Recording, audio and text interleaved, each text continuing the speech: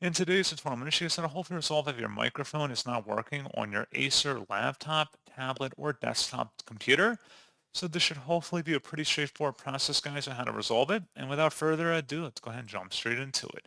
So all I have to do is open up the search menu and type in settings. Best result should come back with settings. Go ahead and open that up.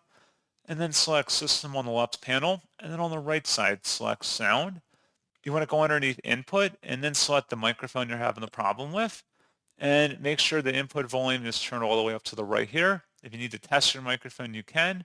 And if for some reason the audio has been turned off, you want to go enable it. So if it says don't allow, that means it's currently allowed. And if it says allow, then you want to select that, obviously. So you want to make sure that's turned on.